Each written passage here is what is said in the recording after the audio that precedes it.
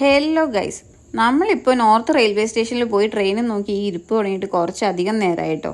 ഇതിപ്പോൾ എങ്ങോട്ട് പോവാന്നല്ലേ പറയാം, ഡീറ്റെയിൽഡ് ആയി തന്നെ എല്ലാം പറയാം. നമ്മൾ ഓഫീസിൽ നിന്ന് ബാംഗ്ലൂർ വരെ ഒന്ന് പോയിട്ട് വരാം കേട്ടോ.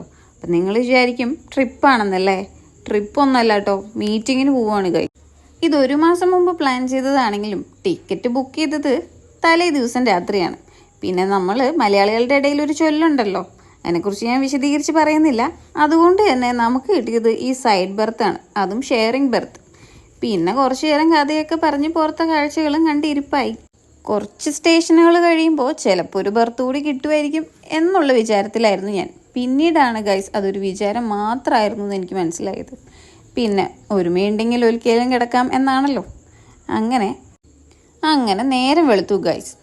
നേരം വെളുത്തപ്പോൾ തന്നെ നമ്മൾ ബാംഗ്ലൂർ എത്തിയിട്ടുണ്ടായിരുന്നേ. പിന്നെ ഒരു ക്യാബൊക്കെ വിളിച്ചിട്ട് നേരെ റൂമിലേക്ക് പോവാണ് കേട്ടോ. ഈ വീഡിയോ ഒക്കെ എടുക്കുന്നുണ്ടെങ്കിലും ഞാൻ പകുതി ഉറക്കത്തിൽ തന്നെയാണ്. അങ്ങനെ നമ്മൾ നമ്മുടെ റൂമിലെത്തി. നമ്മൾ ബുക്ക് ചെയ്തത് ക്രിസ്റ്റലിൻ എന്ന് പറഞ്ഞിട്ടൊരു ഹോട്ടലായിരുന്നു. കൊള്ളാം. ഇങ്ങനെ കാണുമ്പോൾ ചിലപ്പോൾ നിങ്ങൾക്ക് അത്ര സെറ്റപ്പായിട്ട് തോന്നില്ല. കുഴപ്പമില്ല, ലൈറ്റ് ഇട്ടിട്ട് കാണിക്കാം. ഇപ്പം എങ്ങനെയുണ്ട്? സെറ്റപ്പായിട്ടില്ലേ? അത്യാവശ്യം സ്പേഷ്യസ് ആണ് കേട്ടോ, എനിക്കിഷ്ടപ്പെട്ടു.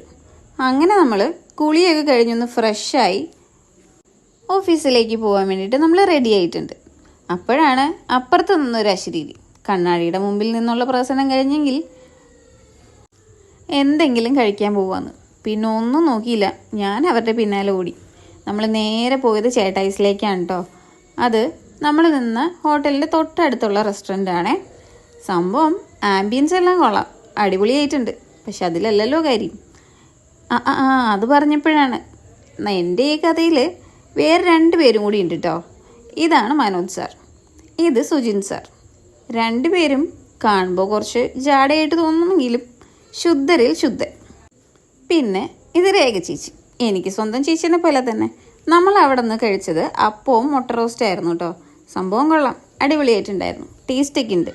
പിന്നെയും നമ്മൾ അവിടെ നിന്ന് ഒരു ക്യാബ് ബുക്ക് ചെയ്തിട്ട് നേരെ ഓഫീസിലേക്ക് പോവുകയാണ്. അവിടെ നല്ല വെയിലുണ്ട് കേട്ടോ.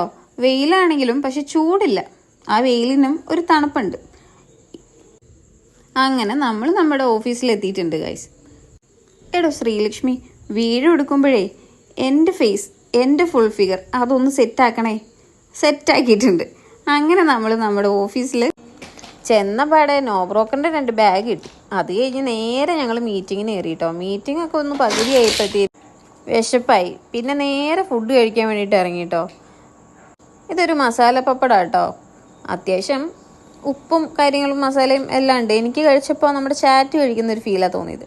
പിന്നെ ഫുഡൊക്കെ കഴിച്ചിട്ട് നേരെ നമ്മൾ പിന്നെയും ഓഫീസിലേക്ക് തന്നെ പോയിട്ടോ. അവിടെ ചെന്ന് ബാക്ക് ടു മീറ്റിംഗ് തന്നെ. ഞാനിപ്പോൾ ഉള്ളത് നമ്മുടെ ഓഫീസിലെ കഫറ്റേരിയയിലാണ് കേട്ടോ. സംഭവം കൊള്ളാം. പിന്നെ ഒരു ജ്യൂസൊക്കെ കുടിച്ച് അവിടുത്തെ കാഴ്ചകളൊക്കെ കണ്ട് കുറച്ച് നേരം ഞാൻ അവിടെ അങ്ങ് നിന്നു. അങ്ങനെ അന്നത്തെ ദിവസത്തെ മീറ്റിങ്ങും പരിപാടികളെല്ലാം കഴിഞ്ഞ് നമ്മൾ അവിടെ നിന്ന് ഇറങ്ങുകയാണ്. ഇറങ്ങുന്നതിന് മുമ്പ് നമുക്കൊരു വീഡിയോയും ഒരു സെൽഫിയും ഒന്നും ഇല്ലാതെ എന്താഘോഷം അല്ലേ? അങ്ങനെ ഈ കലാപരിപാടികളെല്ലാം കഴിഞ്ഞ് നമ്മൾ അവിടെ നിന്ന് ഇറങ്ങിയപ്പോഴത്തേനും രാത്രിയായി. പിന്നെ ഇത്രയേ ഉള്ളൂ ഗൈസ്.